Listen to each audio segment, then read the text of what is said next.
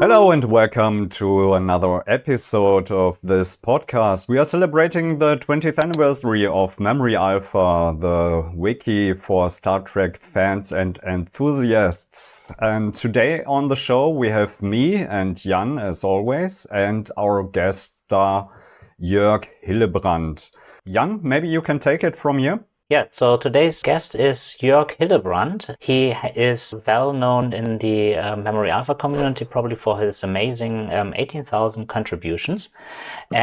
And he has written several articles on Ex Astris Scientia, and those who like Twitter can also follow there and have a nice reminder of what the new Star Trek brings to you. Also the old, because I'm also writing about TNG at the moment. So. And even though all of us are German, we will talk all in English, so this gives a great opportunity for all our English participants to learn about the correct pronunciation of the name Jörg.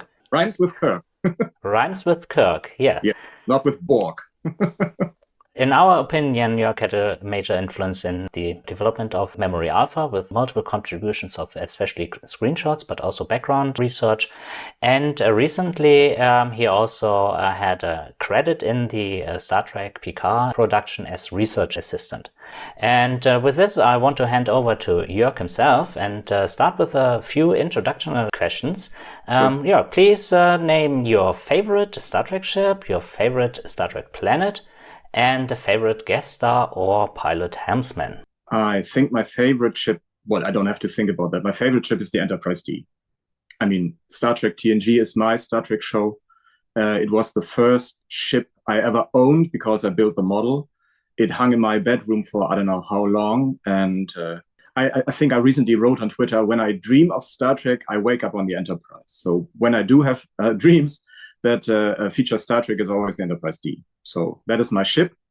Planet, I guess it has to be some kind of snowy, cold planet. Endor. Okay, then it would be Endor. I don't like summer. I'm a winter person. And so I thought about Risa, but no, that's way too warm, and beaches, I don't like those kind of things.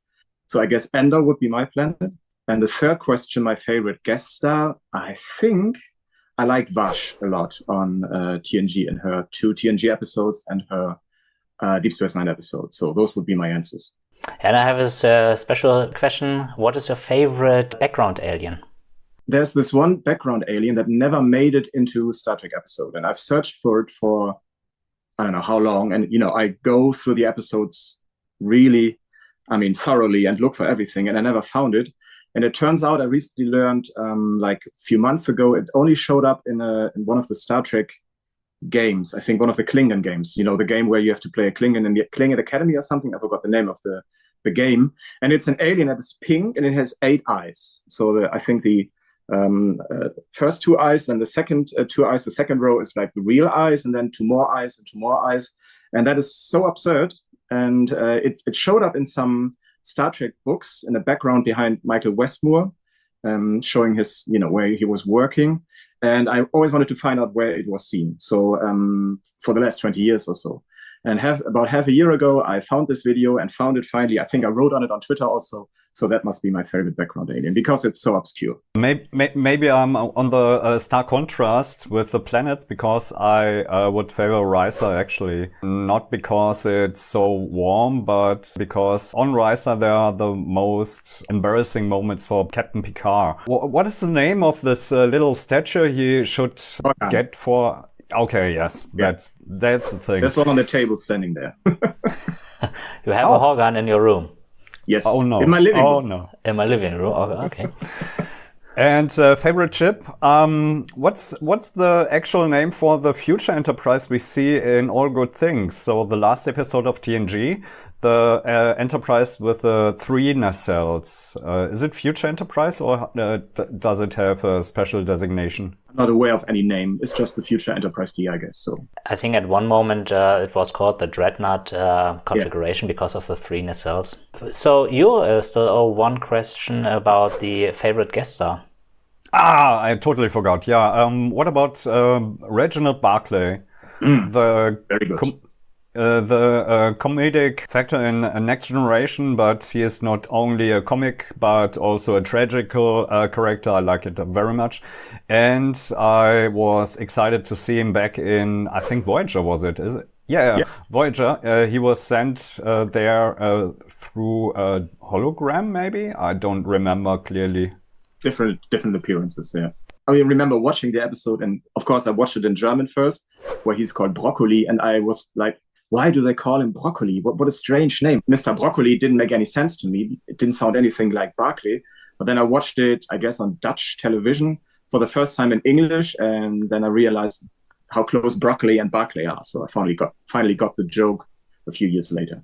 I think I still need to name my favorite Star Trek ship. This would also be the Enterprise D. It was what started me all. For the favorite planet, I would say Kronos, because I actually played this game. I think it was Klingon Honor Guard. If this is the same game, because it also had live action episodes, I think. Yeah. My favorite pilot is Tom Paris. Favorite background alien, I think this is the Ariolo, originally from the fourth movie, and then later also shown in Lower Decks in the background. I love that. I absolutely love that. Yeah. Because they're four-legged also. Yes, exactly. They are completely different, and yeah. Okay, so another question here for you, Jörg. Why Star Trek? What do you think is the beauty in the Star Trek universe? Definitely gives me hope for the future and shows that people, no matter how different they are, can work together and achieve something together. There are so many episodes that make me smile and laugh. When I'm sad, I always watch Data Stay, because I know when the camera pans and then Data is turning around and having this crazy smiling face when he's dancing on the holodeck, that always makes me really happy. And sometimes I just need to watch something that makes me sad or that makes me cry. So then I watch The Inner Light or The Offspring, which I just watched like 2 days ago, I think. The Visitor, those episodes that kind of make you sad, because I think it's kind of catharsis. I learned about this at school ages ago. Yeah, but I think it really works, because when so many things are happening and you have no time to kind of mentally process what is happening, and then when you watch this episode and you feel really sad and you cry, it all comes out. So I guess that makes me really happy that Star Trek works that way. Also, Star Trek makes me think. There are so many things I learned because of Star Trek. My interest in Shakespeare, in classical music, astronomy, it all came with Star Trek. I'm an English teacher and a biology teacher because of Star Trek, because I know that when I saw this on television, I really got interested in those subjects. Also because when I was in year 9 or 10, I hated having to wait so long for the Star Trek books to finally be translated into German.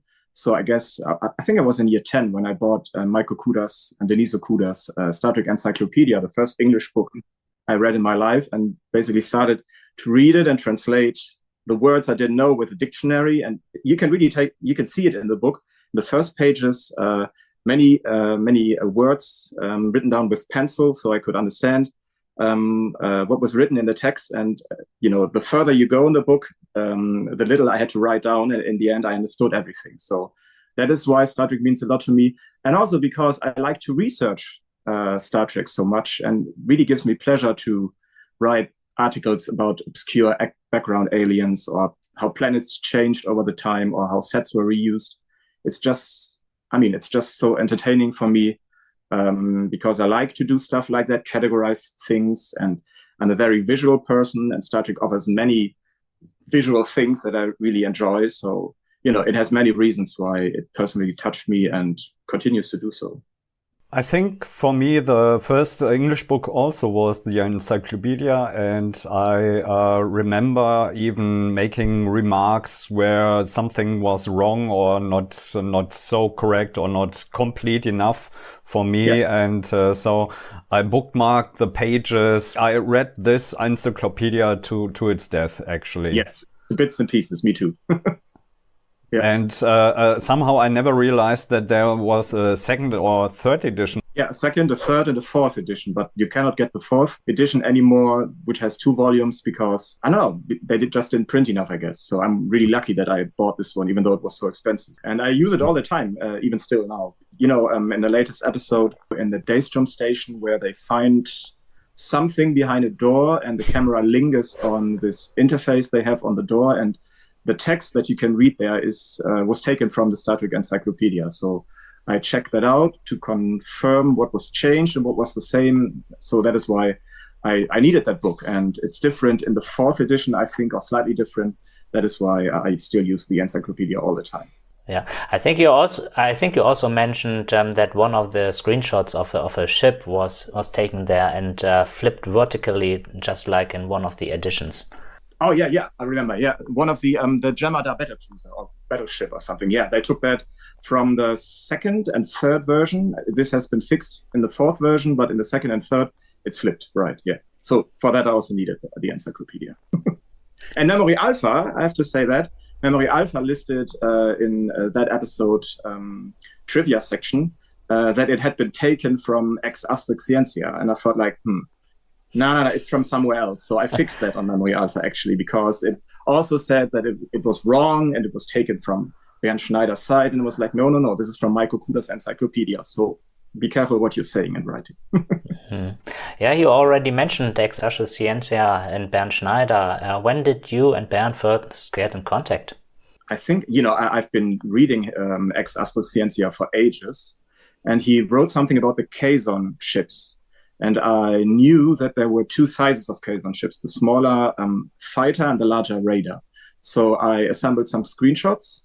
Okay, this must have been when Voyager had already been released on DVD. I took some screenshots and sent him, proof, basically. And he included that into into the article. I think either there already was an article or he started an article after that about the Kazon ship sizes. I don't know.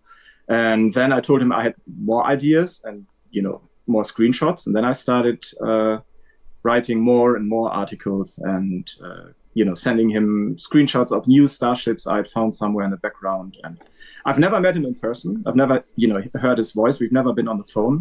We kind of had planned to meet at the FedCon, I think it was, or maybe Destination Dortmund or something, in 2020, but then COVID happened, so I never met him.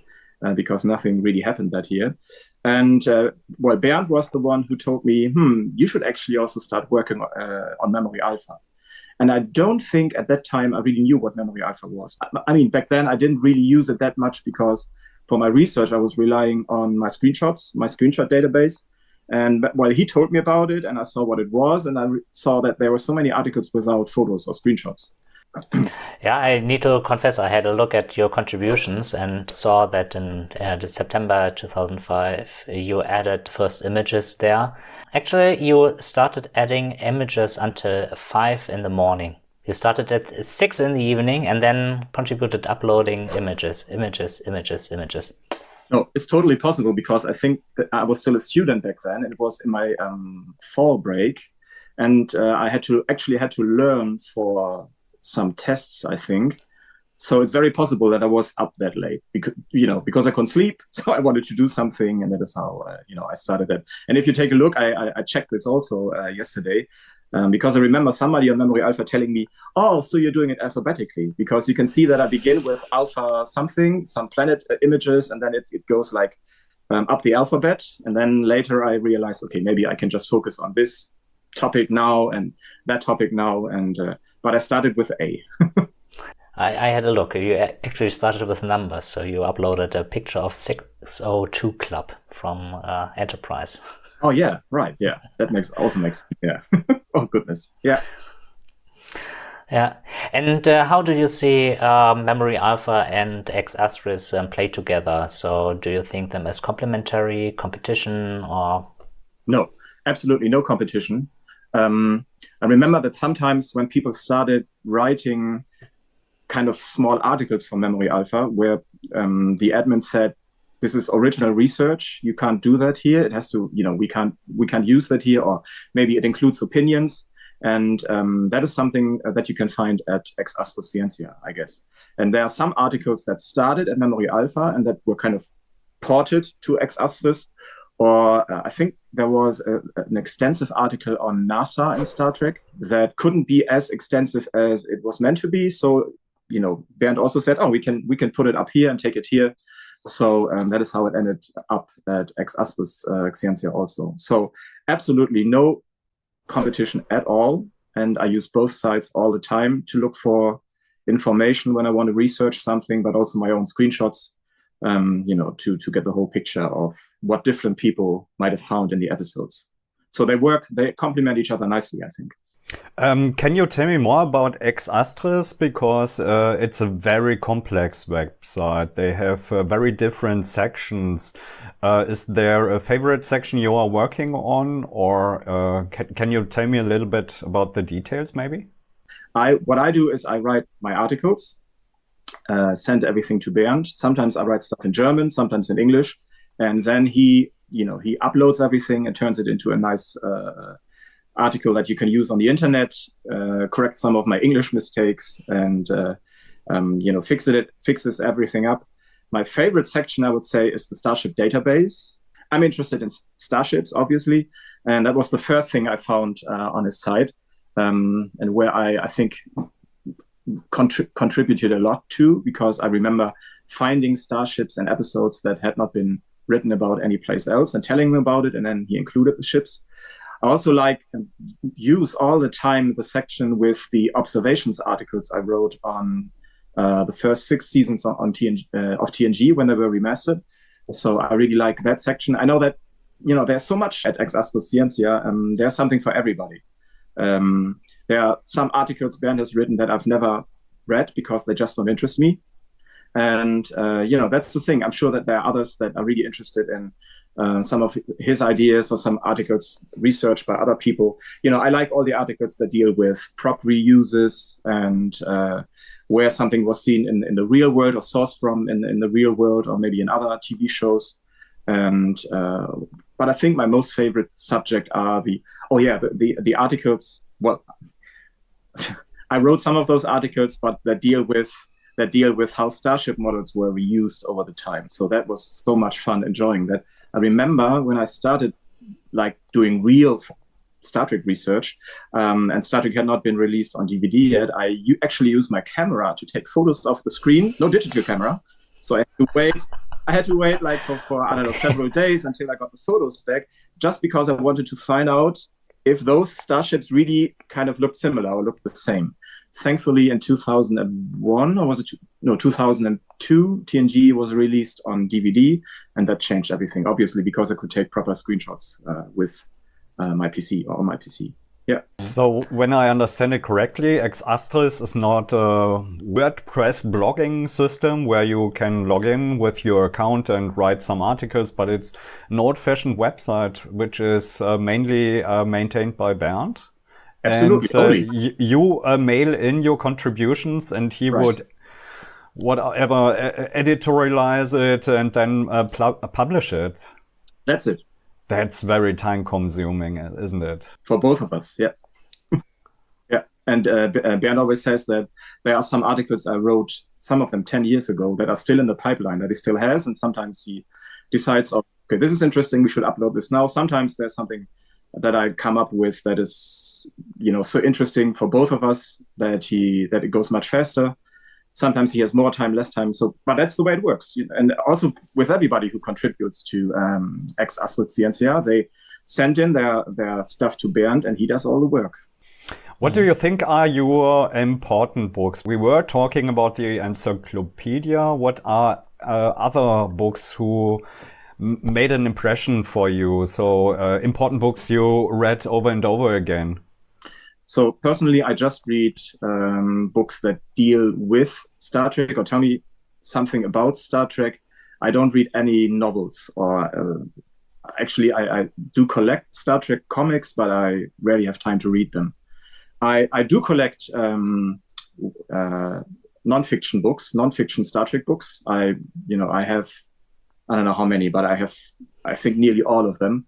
The ones that I really like are the ones that, the chronology, the encyclopedia, the star charts and stellar cartography, the books that deal with aliens. There was this members of the Federation, I think, from the late 80s, that deals with, gave some fictional background to the species that were seen in the first season of TNG and also on TOS. Everything that kind of gives me more information about the planets or aliens or starships. There were these books released by Eaglemoss before they went bankrupt, kind of featured all the starships in the Star Trek universe, and especially the alien ones, which I like more than the Federation ones, actually. So I liked and loved those books and also contributed to them. So basically everything that deals with aliens, planets, starships, those things I like best. And as I said, the encyclopedia and the chronology. Yeah, and only when you're speaking of these background books, only the official ones, or also do you have books from FASA, Last Unicorns, or Spaceflight Chronology?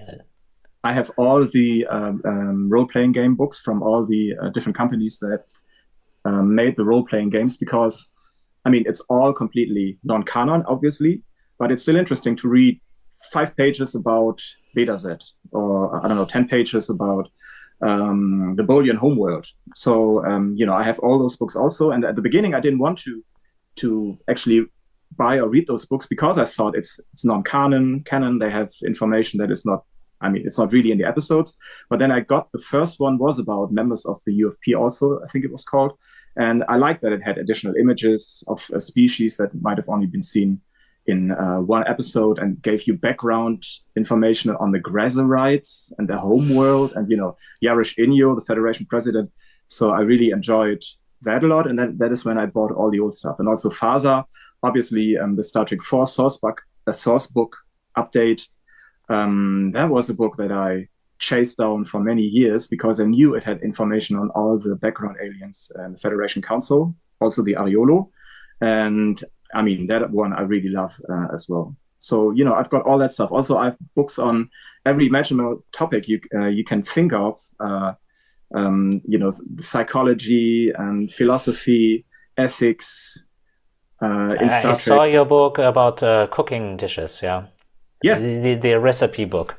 Right, I have that one too. And the latest one, actually, I like best. I had the other ones also, but those are really things that look yummy and that I want to make. And like every 2 weeks or so, I make Romulan flatbread now. And I'm also going to... Yeah, I had that book just last weekend in the hand in the bookstore. And have you tried the drink Green Extra Green? Is it worth it? To be honest, the only thing I've made from this is the Romulan flatbread. Nothing else so far. I might try the green stuff later on. And from the books you mentioned, as you said, you also have some that have non-canon background information. Is there anything in there that you would want to see in the official series, if not just some background graphics? One thing that I always wanted to see is the Fleet Museum, and now we got it. And, there were, for example, images, I think, there were images in the Ships of the Line calendars that had the Fleet Museum. The one we saw finally in Star Trek Picard looks different, but this is something that I was really looking forward to, that we could finally see that. I'm happy with what we get. Yeah, for me, for example, it was this one background story, the drop-away line about McCoy's daughter, and there was Joanna. Joanna, exactly. There was an entire novel about this. That was, kind of fitting to justify, yes. Mm-hmm. Nice to see. And would love to have this added in later episode or something like this. Maybe in Strange New Worlds. You never know who you're going to meet in later seasons, so who knows? Yeah. And quite obviously, we see in the background you have some Starship collectibles. So what do you have there? Any special editions? Something from the set, for example? Well, most of the ships that you see behind me are the Eaglemoss models. I think I got all of them except for the Star Trek Online ones. And now I'm trying to get the ones that, were released when Eaglemoss went bankrupt. And I got 2 of the ships from the 32nd century today, which I'm really happy about, that I finally got those ships. I think behind me that is, let me see. This one, can you see this? Okay, the Vulcan warp sled or warp shuttle. This one was used on Star Trek Picard. It's on Geordi's desk. It's not actually seen in the episode because they edited it in a way that you couldn't see any of the things that are on his desk. I was given this more than a year ago, or maybe I think it was a year ago now, having no clue whose desk it appeared on, just given as a gift. And then, of course, you can imagine when I saw the first photos and realized it was on Geordi's desk, I was like over the moon, absolutely. Yeah. Is a shuttle disconnectable, or is it glued together? I don't want to break it apart. It's an official prop. No, I mean the one of the nacelles always comes up, comes off, but no, it's glued together, so you can't really take it off. And I never had this. I never had this model kit as a kid, but I didn't write an article, but I did some writing about all the other occasions when this model was used on screen. It was in Wesley's quarters and the Dolphin, and it was in season 1 in several guest quarters. Admiral Mark Jameson's guest quarters, for example. So, I really love that. And somewhere, there's an Enterprise somewhere here. Did I put it away? Can you tell me more about the book I see? It looks ancient.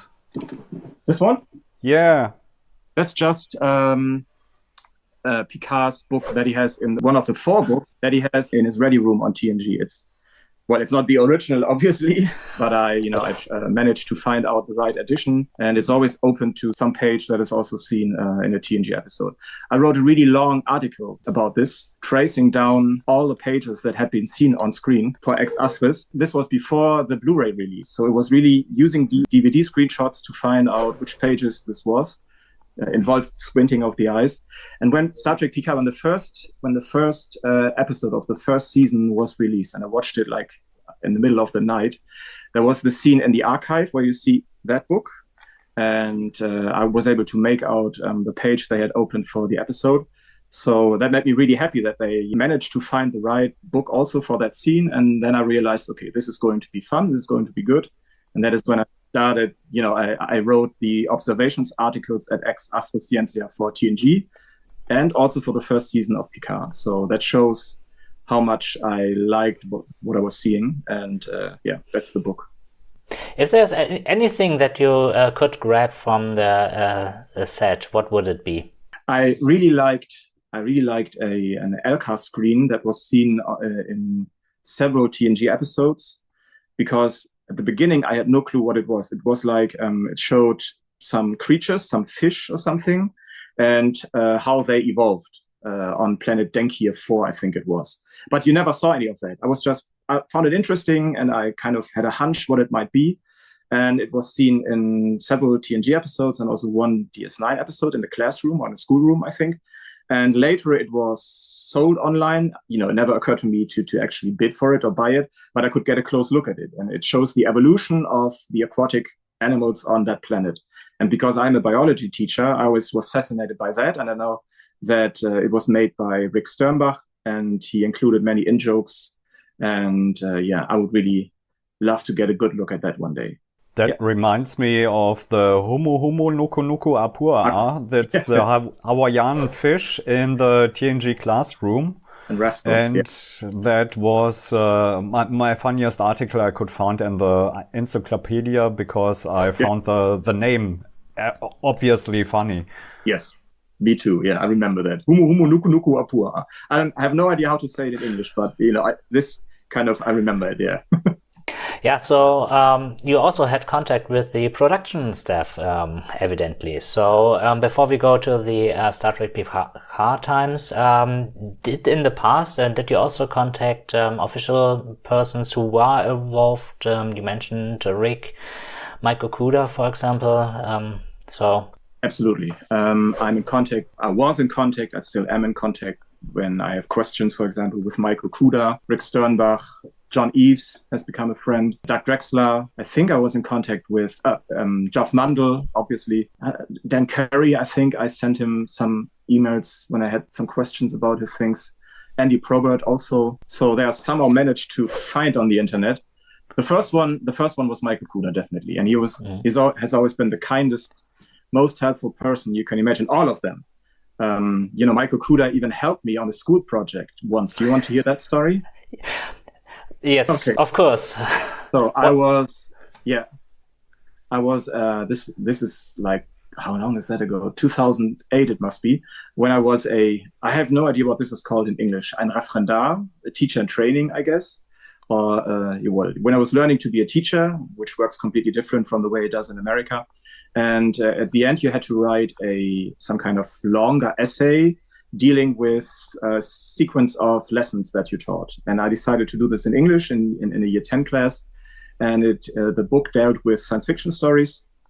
So we did that. And kind of, I hit a wall. I didn't know how to continue this. And of course, I was also kind of, well, it was stressful. And I really didn't know how to make this interesting enough for the people that were to grade it. And then I thought, how can I bring Star Trek into this? And I think there was some kind of exercise in the book that dealt with NASA. And I knew that Mike Okuda designed some of the mission patches for NASA. And I asked him if my students were to design a new NASA logo and write a short text in English, why they chose this and why they chose the colors. Would you be able to, well, take a look at it and pick a winner? He said, oh, sure, no problem. And he did that. And for every single entry from my students, he wrote a comment and told them what he liked about the design. And so that was just the kind of thing you can imagine somebody doing. And it was, it kind of, because I knew suddenly there was a Star Trek twist to what I had to do, what was causing me so much worries. And then everything was easy all of a sudden. So he helped me with that. And there was a winning entry. And that was super kind and nice of him. And that made everything better for me at that point. So yeah, I've been in contact with many of them for many years now. I did a trip to Los Angeles, actually 2 trips to Los Angeles about 10 or 11 years ago, where I went to all the filming locations. Well, saw where, Vasquez Rocks, where Kirk fought the Gorn, or Starfleet Academy, and all kinds of places where they filmed Star Trek. Back then, I was in regular contact with Doug Drexler because I think he still had his blog. Sometimes I sent him screenshots of the things he was writing about, actual screenshots from the episodes. So we also kind of became online friends. And when I was in Los Angeles, he invited me to his place. His wife, the late, great Dorothy Duda, she made iced tea, the best iced tea I've ever tried in my whole life. And we had that. I met his parrot, Bika. So that was cool. And then he took me on the, Universal Studios set, I think, where they filmed the Psycho House and Jaws, where they had this Jaws attraction. I think that is what it was, and gave me a background tour of the place, so I could see behind the buildings and see everything there. And of course, they filmed Fairhaven and St. Clair in Killing Game there, so that was really awesome going there. So yeah, they've been the people that work on Star Trek. They've been the nicest people you can imagine to me, just a regular fan. Also, Dave Blass, who is kind of my contact at Star Trek Picard. He's the best. They are all the best. Really, really kind, nice people. Yeah. Oh, I have to tell you another story. If you have time, I can tell you another story about that trip, because my friends, I'm lucky that all my friends are also Trekkies. My closest friends are Trekkies like me. And they were making jokes about me making articles at Memory Alpha about very obscure things. And I think at that point I had added screenshots and also appearances to the Iguana. Leguan, so Iguana article at Memory Alpha. And I, proud as I was, I told them, today I created or edited the Iguana article. And they were like, oh, goodness, what crazy things are you doing? What happens next? Are you going to write an article on plumbing in Fairhaven? So, okay, I said, okay, yeah, well, ha, ha, ha. And never thought about it again. But then when I was on the set where they filmed Fairhaven, there were some tubes sticking out of the ground, and I took this photo of me standing next to them and said, "Yep, now I have all the research I need for plumbing in Fairhaven." So that is a nice combination of working on Memory Alpha and visiting the sets, and also my friends and their sense of humor. What question did you ask one of them that was then finally answered? Okay, so with Mike Okuda, the great thing was that when TOS was remastered, I was in contact with him, and they introduced some starships or new shuttles in the background. And I asked him, if he could give us some additional information that we could use at Memory Alpha, some names or registries of ships. So that was really great that, because this directly went into Memory Alpha and still is there. For example, in Court Martial, the Intrepid is seen, which was never seen there in the original episode because later it gets destroyed with all the Vulcans aboard. And, he gave me that extra information, and I was so happy because I knew it's not just for me personally, because, it ends up at Memory Alpha. Everybody knows that now. So that was a cool thing. Another question that finally was answered after so many years was in Conspiracy. On Ditalix B, there is a cargo crate that featured some kind of emblem or logo. And I had always wondered, what is that? It's so dark in that scene, also in the remastering, that you really cannot see what is happening there. And, you just know there's a cargo crate and there's some logo. And I always pictured this must be for the Ditalix. Is it Ditalix Mining Company or something? There must be something. And I was talking to Rick Sternbach about something completely different and said, oh, by the way, do you have any idea what might have been on this cargo crate? And it turned out that he had designed that logo. He went into his garage and found the original sketch. And also he remembered what color it was printed on. He sent that to me, and then I was finally able to solve my personal riddle, what this logo was all about. I worked together with Brett Wilder at Star Trek Design. There are two Star Trek sites I work with, Star Trek Design and Star Trek Design Project, right? Star Trek Design deals with reused chairs, furniture, glassware, and Star Trek Design Project deals with all the logos and alien emblems that you see in episodes. And I work together with him because I really suck at drawing things, but he doesn't. And he, based on the information we got from Rick, he was able to recreate the logo, and if you look it out, it's there. And that was a big, really small thing, but a big thing I was pondering about and wanted to know, what is this? And Rick Sternbach was able to answer that, thankfully. So those small things, they're not big things, it's small, tiny things. But if you only focus on stuff in the background, those are the things that interest you, I guess. Yeah. For me, it was always making sense out of the universe, Star Trek, the movies, the first movie, and even more so in the second movie, because you get the impression they didn't know what to do. But once you find out the system, information is really hard to track down there. There are things that really interest me, and there are things that I couldn't care about less, and that is uniforms and starship length. I don't care.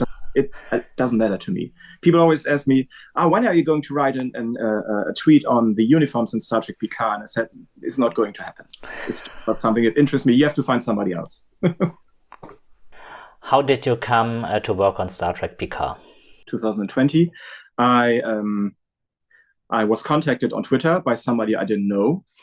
And he was asking me some questions on, where I knew all that stuff from, and if I had ever in any way worked on the Star Trek production in an official way. And I just, replied in a friendly way, said, no, I'd helped here and there for some books and helped with a bit of research, but never anything official. Then I was asked, would you consider signing an NDA for if you ever should work on something like Star Trek? I said, yeah, well, absolutely, I could do that. And when I read NDA, I think I had no idea what an NDA was, so I had to look it up.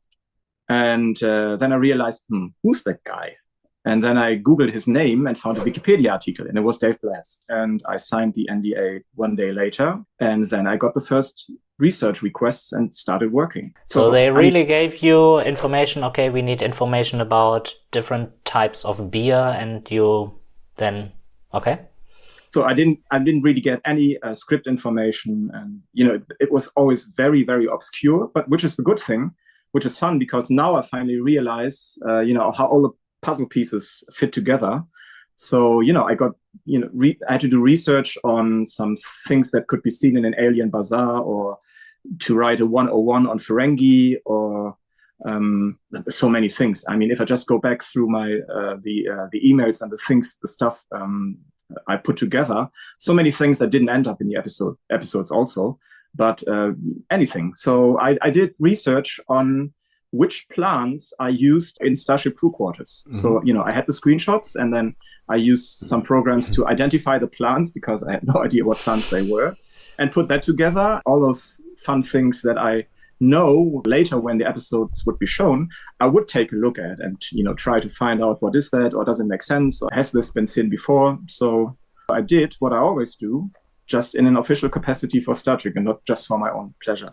How would you do this? So you talked about screenshots. You already have these screenshots, or you're doing the screenshots on the DVDs on the fly?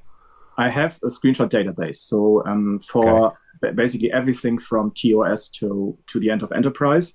Okay. And if you tell me, oh, okay, Jörg, I want to know when in Star Trek were apples seen, I just type in Apfel, it's in German, obviously, and then gives me all the screenshots I took of apples on Star Trek. And then because I took the screenshots, how many years ago is that now? 20 years ago, it's really low quality and it's not HD. So when I do that, I take new screenshots to send to them because I want to have them the best quality of screenshots. And yeah, that's how I do it. Do you want to tell me more about the technical details of your database? Is it some kind of an Excel sheet or? Oh, it's just folders in folders, nothing else. Okay. I'm really basic about those things, but as long as it works for me, it works for me. It's just I have for every episode I have a folder, and then the 26 episodes of TNG season 1 are in the TNG folder, then they are in the TNG folder. And when I watched the episodes, I just, took notes, as I still do when I watch episodes, and took screenshots of all the people, the aliens, the planets, planet surfaces, props, starships, anything I found interesting in an episode, sometimes uniforms or not uniforms, maybe uniforms, outfits, aircast displays, anything I found interesting. And it's all in this episode folder, and they all end with the name of the episode, so I can find more easily. And then I just type in whatever I want to find out. So, for example, what I use all the time is some starship shots. There are some famous starships seen in season 3 of Star Trek Picard that we knew before, and they are shown from a certain angle. And if I want to find a very similar angle from TNG or one of the older Star Trek shows, I just type in Enterprise D or Voyager or Excelsior, and then I get 1,000 screenshots or something like that, and then I just go through them and find the right one, so I can have a good comparison. Defiant, for example, I found a good one that had to flipped, so it would work better. So that is what I can use my database for. But usually I don't use the old screenshots anymore because, as I said, low quality. I have to take new ones using one of the streaming services or, still the DVDs or Blu-rays. So when you start writing on an article, you actually have the theme already in hand and then revisit your screenshot database, or how do you structure your writing articles? I mean, everything I write about is usually visual, so I always need screenshots. I think the only exception are the articles, or the article I wrote about classical music on Star Trek. Of course, I had to listen to what I was writing about. I start by looking at my screenshots, and then I go through the episodes, usually in fast forward, and take new screenshots. I read the scripts to find additional appearances of something. For example, I can tell you the next thing I plan to do, but I guess won't have time to do, is an article, actually 2 articles. One article about all commercially available models that ended up being used on Star Trek as background decoration, not to make starship models that are seen in external scenes, but really just as props on somebody's desk or somebody's table. I want to do that. And the other one I want to do is an article about all logos or emblems that were originally designed by fans and in the end, made it into official Star Trek, episodes or films, basically. So what I would do is I would go through my screenshots and type in model and get all images I have of models on somebody's desk, and then take new screenshots. Then I would check Memory Alpha because I also have an article on that and look for more appearances that I might have forgotten. And the same with I can't do that with the alien logos or the logos because, I could go through all my logo screenshots, but that would take too long. I would I think I know many already, and then I would do some more research on the internet and find some more logos that were made by fans and used in the end.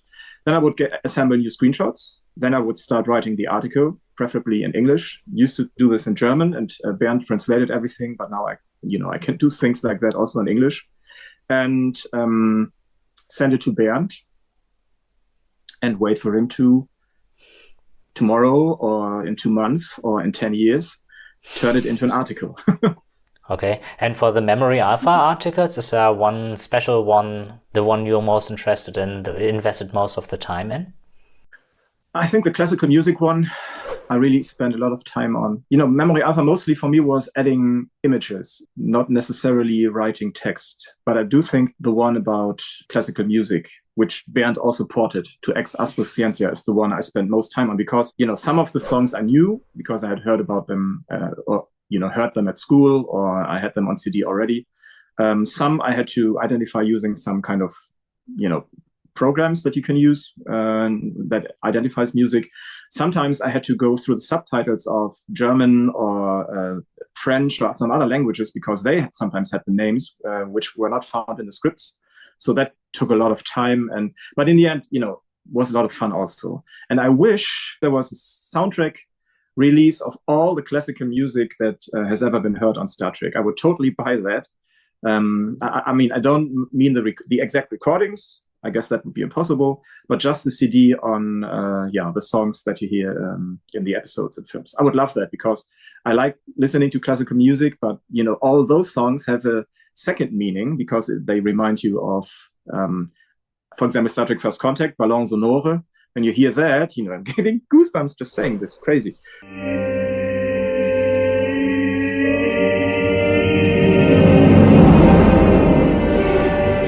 I'm going to watch First Contact for the first time in 2 years, in a few days. And, the song was also used in Star Trek Picard when Worf first appears. So I would love that. And that article really took a long time to research and to write about and also update when more episodes were shown that featured classical music. Yeah. Maybe that's a playlist on Spotify already, the classical CD you're talking about, because nowadays you can have compilations of music in a track list. I should totally check that out. You're right. This is in those ways very old-fashioned. I have everything on CD.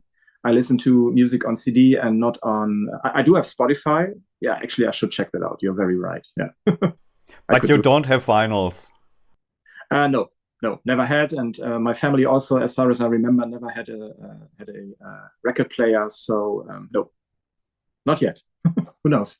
Probably topic change or diving in a bit different direction. So, what do you think about the decision in Memory Alpha that TAS is canon, the animated series?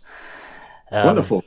Yeah. Do you think it has helped bring shows like Lower Decks or Prodigy in there? And how did they all influence or newer shows?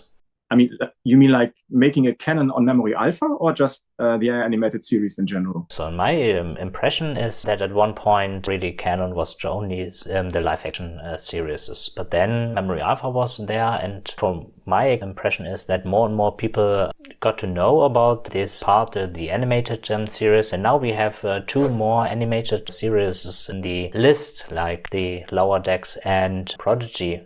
How do you think that plays together, where stuff that was previously only known in the original animated series now suddenly may have appeared in other episodes?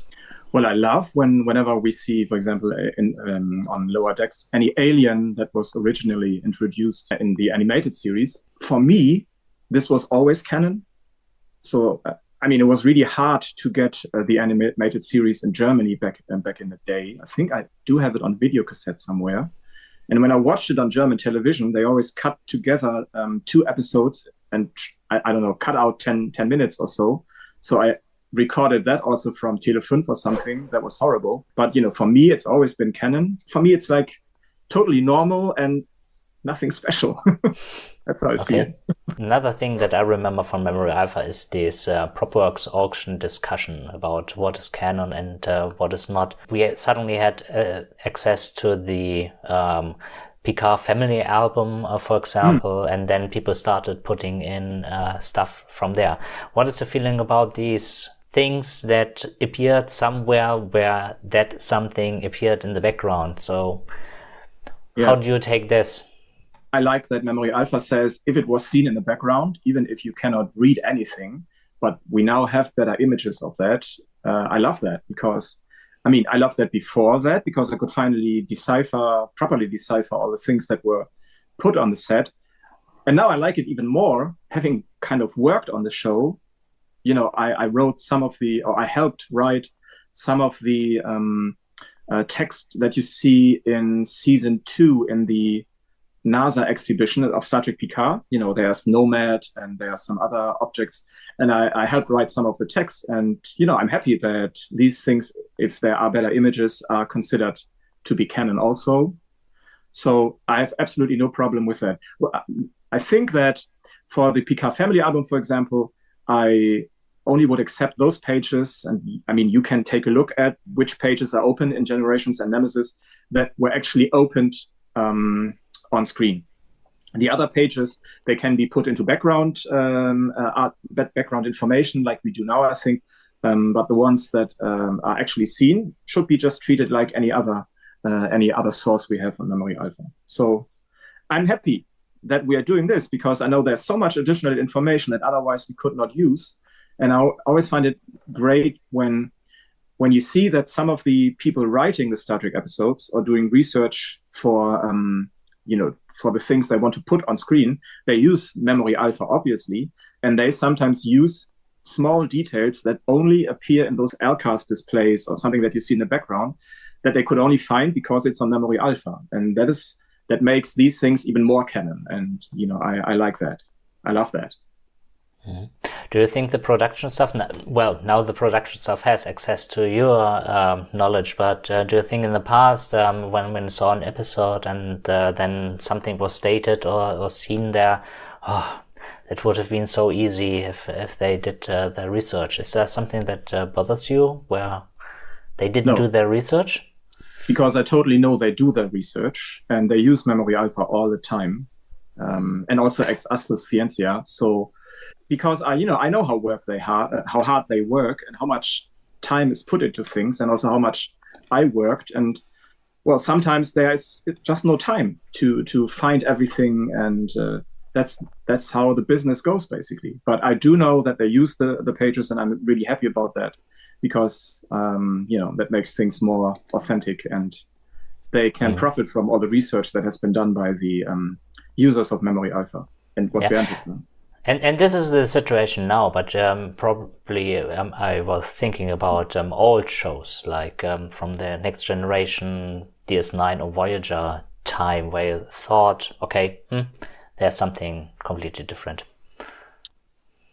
I think they did the research. I mean, that is the thing that, for example, on TNG, there is, when you first see Lore and Dr. Sung's lab, you see those, in the background, you see those stickers, I think white stickers with some red logo on them.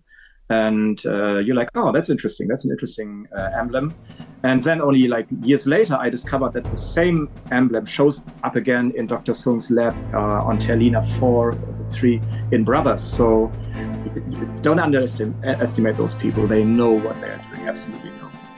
Yeah. Thank you very much for having this talk in English here with us about the Memory Alpha edition and your contribution to it. My pleasure. Thank you very much. No worries.